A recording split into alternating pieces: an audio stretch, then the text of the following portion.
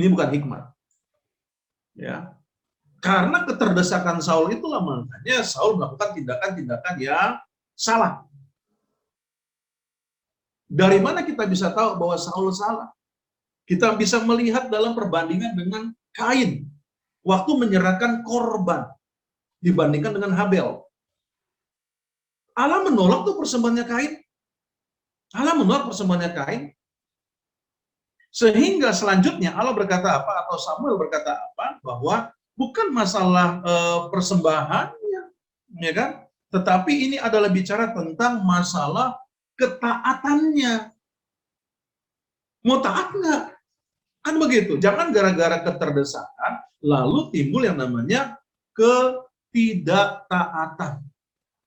Ya, saya mau katakan walaupun baik, tetapi itu adalah sesuatu hal yang tidak disukai Tuhan. Yuk kita lihat. 1 Samuel 15, oke.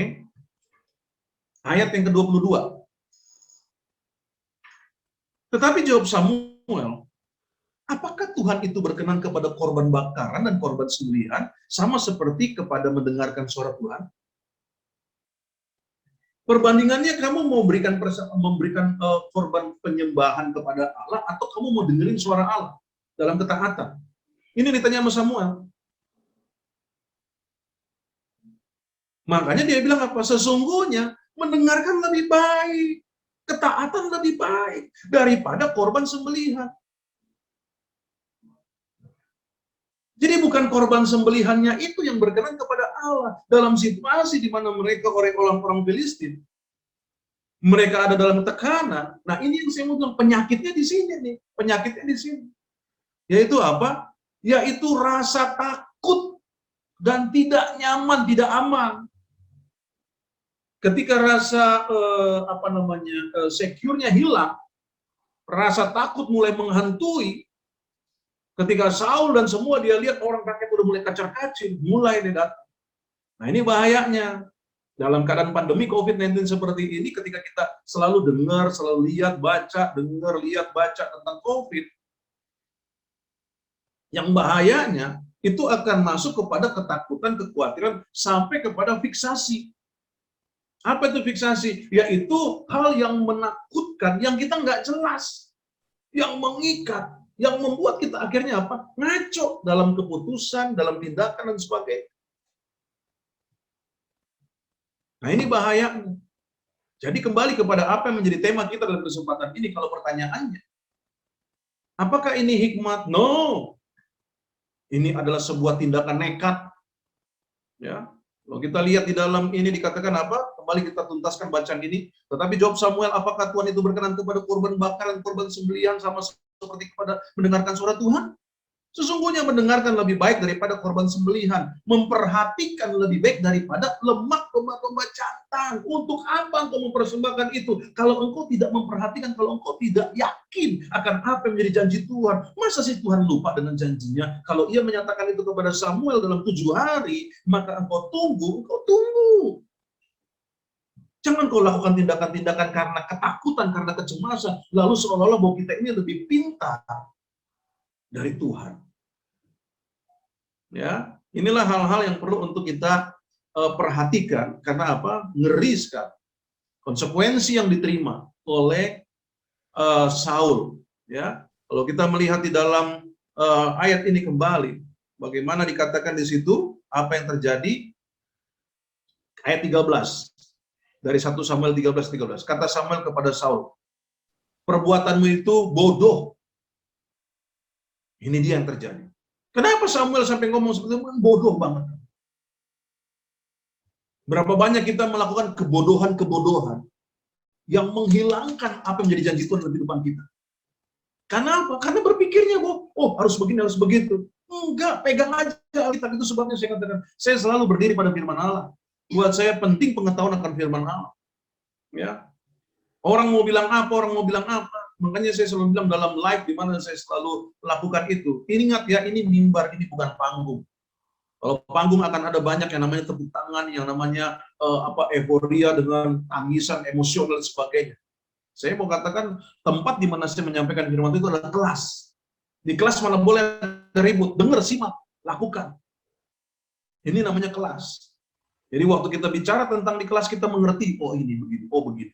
Itu lebih penting buat saya daripada apa yang menjadi tepukan, euforia dan sebagainya. Sebegitu ditanya, tahu nggak? Nggak tahu. Mana ada di kelas begitu. Diusir sama guru, tepuk tangan dan sebagainya dalam emosionalnya, nggak boleh. Duduk diam, dengar, nggak tahu tanya. Sama kayak Bapak Ibu Saudara. Senang saya. Ya kan? Kalau Zoom, kalau saya live, saya bilang ini kelas. Ya. Jadi nggak perlu namanya, bukan saya maksudnya apa ya. Saya dalam pelayanan pelepasan yang dikarenakan Tuhan, saya selalu bilang saya nggak mau mengajak orang untuk emosional ke situ. Kembali ke Alkitab, gitu loh.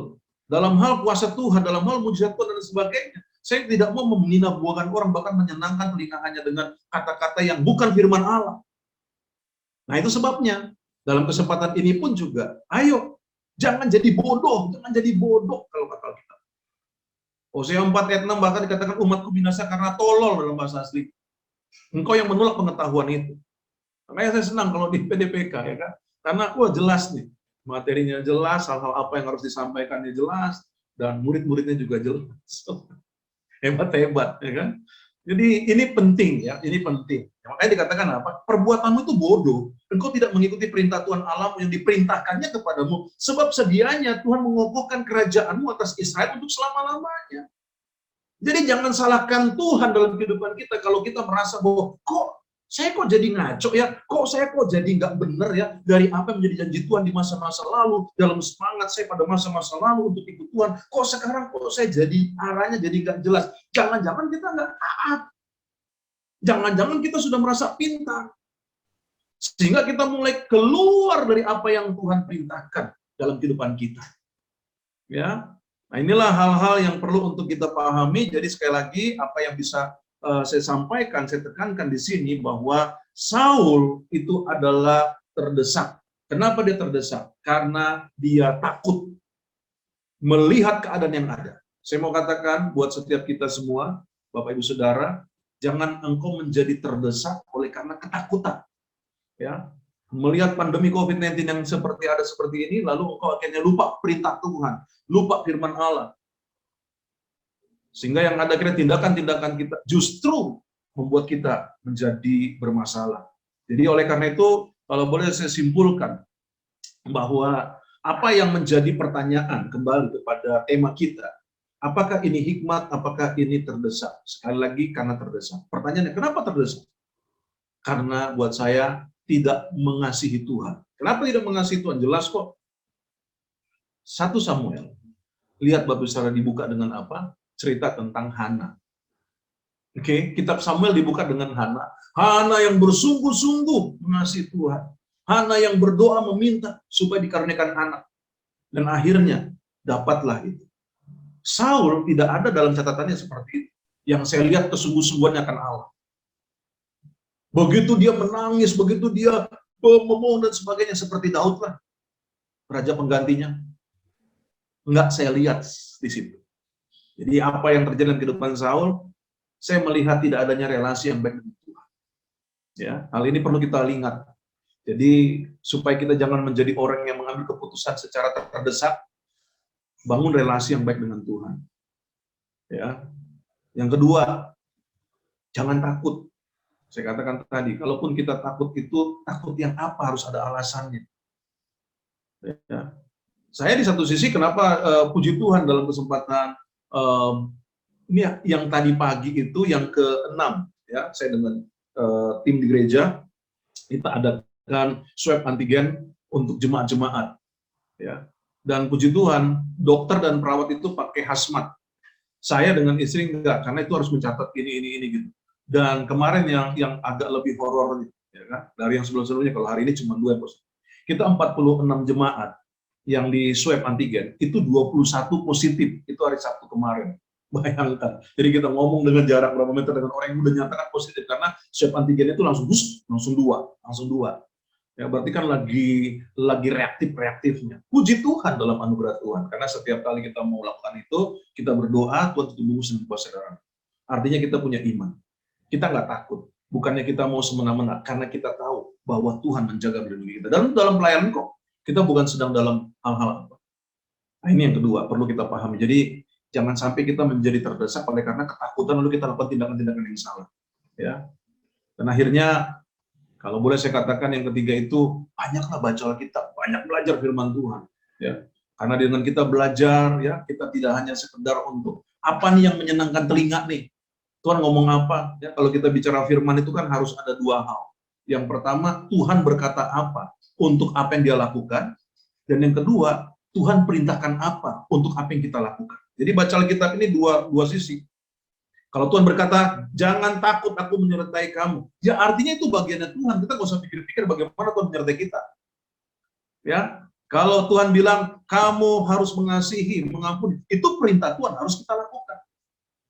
Jadi dalam setiap baca Alkitab itu aja nih patokan. Ya, Tuhan berkata apa, itu yang saya pegang. Dan Tuhan perintahkan apa yang saya harus lakukan. Nah, itu pentingnya kita memiliki pengetahuan. Ya.